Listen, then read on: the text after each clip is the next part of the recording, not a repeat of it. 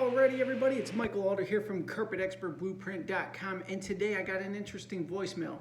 I miss a call, see a voicemail on there, I go there and I check it. Longtime client of mine reaching out, Mike, we got to talk. You submitted an estimate at my kid's house for $4,800, and when you were out there today, you charged her $6,300. I don't know what's going on, but you need to reach out to me. We need to fix this mess. And I'm thinking to myself, $6,300 a day after Christmas? Man, whoever closed that deal was straight killing it. I'm like, I got to figure out what's going on because we were never there, and we certainly didn't bring in $6,300 a day after Christmas. So I called the client up. I said, I got your message there. What's going on?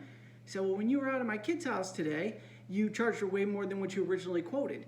And I said, well, what did I originally quote? And it was like $4,800. And then we go back through. I'm like, check the addresses. I'm like, we were never at your kid's house today. Who was actually out there?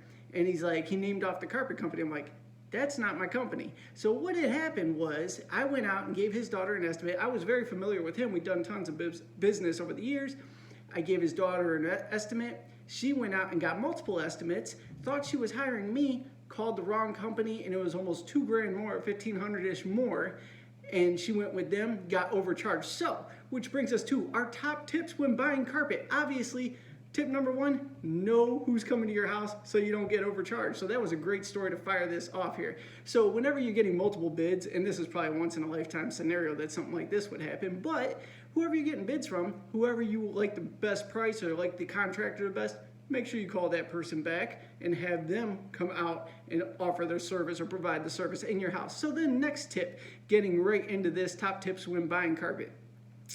Carpet does not increase the value of your home. So we are in a super hot real estate market right now, and certain things will increase the value of your property. You know, stainless steel cabinets, new flooring will actually increase the value of the home. Granite countertops, new cabinets, things like that will all spike. Carpet, for the vast majority of properties out there, does not matter. You could put a cheap midline carpet in or a high-end, it will not bump the price of the carpet. Carpet is just something that's new and justifies the price, but the better the carpet does not actually mean you're going to get an increase in price. So do not overspend on carpet when you're listing your house for sale. Let's see, what do we got here? Traditional Berbers. They're dated and they don't perform. Do not spend your money on traditional Berbers. And if you're even thinking about traditional Berber for your house, get it out of there. Installers hate installing it. They're garbage. They're just going to make your house look dated. That's my next tip. Don't buy traditional Berbers anymore. We need to have them stop producing that. What we got next here?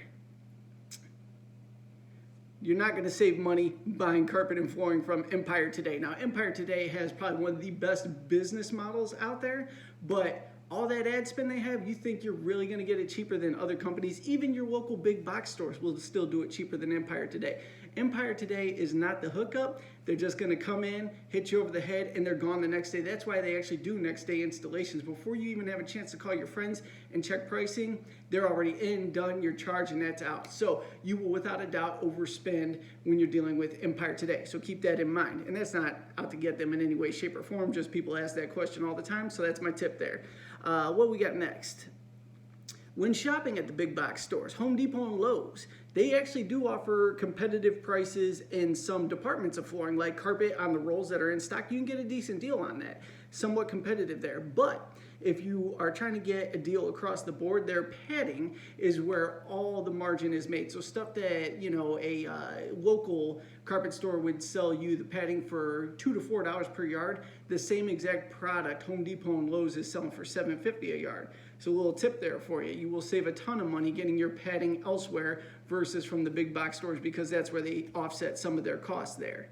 Next tip, carpet warranties. This is a good one here. So people want to shop carpet warranties. I want that 25-year wear warranty. I want this to last forever. In fact, carpet warranties, after the first year, you're going to jump through tons of hoops to justify getting your warranty. So here's how it breaks down. If I sell you a product, or any store sells you a product, and it goes bad in the first 3 or 4 months, the mill, no questions asked, they pay the installer, they get you new carpet, everything's good and golden, no matter what the warranty is on the carpet. Let's say it's 18 months out and it starts going bad. Once 18 months out, what were you doing to that carpet? Did you spill something on it? Did you walk across it? Did your dog pee on it? Warranty's kind of voided now, sorry. So there's some cases where they'll still kick in on the warranty, but for the vast majority of deals, anything within the first 12 months, you're almost always smooth sailing and it's covered. After that, you're gonna jump through some hoops. So keep that in mind when you're shopping for those 25 and lifetime warranties.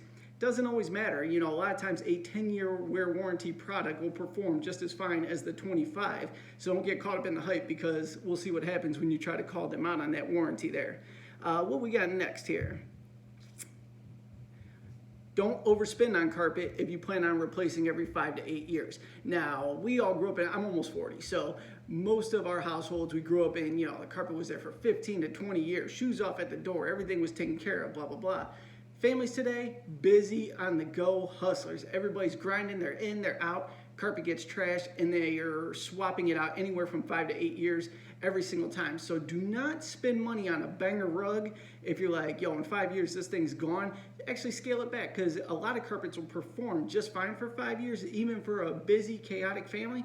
And swap it out anyway. Trends change, people want to keep up with the Joneses, so there's no need to go top shelf. In your head you think, I'm going to get 15 years out of this. No matter what, you're changing it in 5 to 8 anyway, so don't overspend. Save that little bit of money, put it into a little more fun things for you and your family, because there's nothing fun about carpet, let's be real.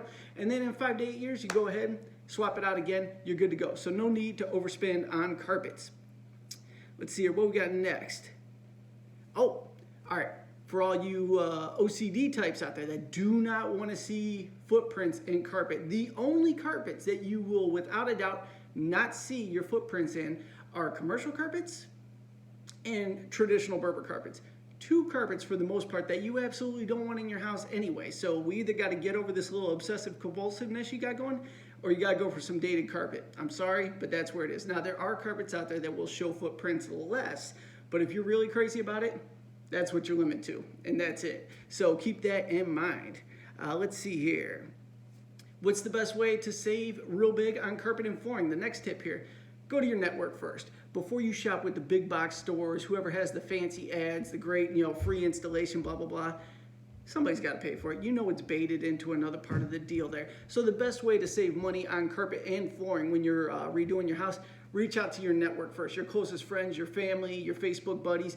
Put a couple blasts out there. Say, who you use it for carpet and flooring, and then go ahead and interview those individuals. Have them do a bidding option and see, not only, you don't always want to go for bottom dollar, but find out who has the best personality and you feel is going to serve you the best. But without a doubt, that's how you're going to get the best possible deal on carpet and flooring. Start with your network, see what they offer, and go from there. What we got next? Rental property. Here's a big one that comes up often too. So here's a tip on buying carpet for rental properties. A lot of people feel that if they buy a better carpet, it'll actually last longer in the rental. Not true. You could buy a better carpet, have an abusive tenant, and then you're out all the money. So all my investor friends, we always put the cheapest possible, best looking carpet in there, because with the tenant cycles every 2 to 3 years, you have to replace the carpet every single time anyway. So go cheap on your rental properties, save the money. A better carpet is not going to last multiple tenants in the most cases there. So keep that in mind. Cheap is good in your rentals. Let's see here. What's next? So if you do decide to go with the big box stores versus going with an individual like me, a smaller player in the marketplace there, the upside to shopping with a big box store is that their reputation is very much online.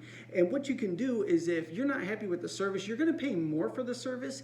But if there's a gripe or anything, they're going to kick in real quick to go ahead and either offset costs or, you know, just replace it. So you do have a little bit of a leverage when you're going with a big box store. Now, when you deal with the smaller players, you're usually getting a better deal up front and you know what you're getting, and that's all good and great. But if you're like, you know what? My house in my marketplace is $1 million. I'm expecting, you know, high-end carpet. I want everything perfect. And if there's anything, scuffs, scratches, anything, I'm going to flip my lid.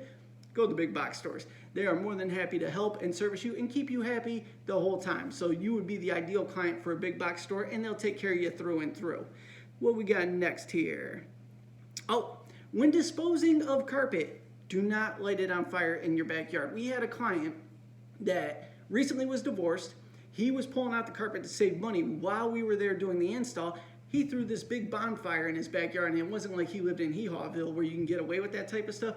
So carpet is actually oil-based. Oil-based products, when lit on fire, create a black smoke. This mega black smoke's going up into the air, and where he lived, there was 3 different fire stations.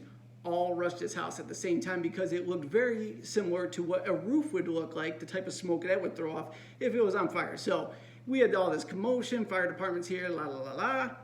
Lesson, don't ever burn carpet. It's all bad. Drive it to the dump. If you want to save money, you take it to the landfill, you bundle it up and see if your garbage guys will take it. Fire's a bad idea. Now, if you live way out in the sticks where nobody cares, no one sees anything, go for it. But if you're in the burbs, no go. Definitely don't burn carpet.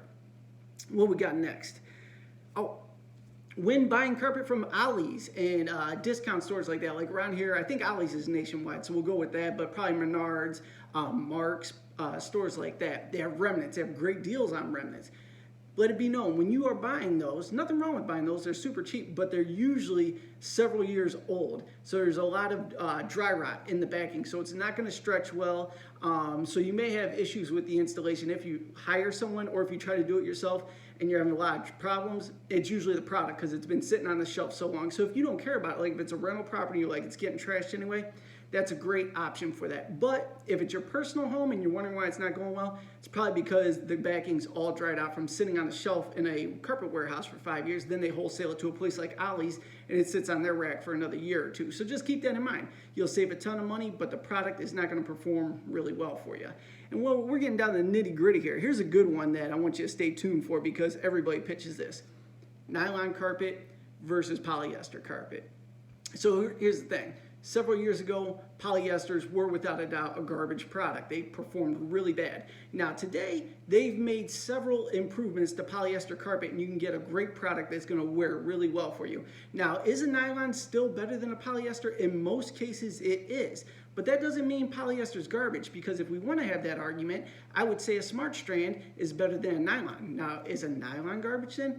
It's not the case at all. You could buy a quality product in any three and be just fine. You could also buy a garbage product in any three and be just fine. So don't listen to the hype. A lot of the big box stores have contracts where they're promoting only nylon.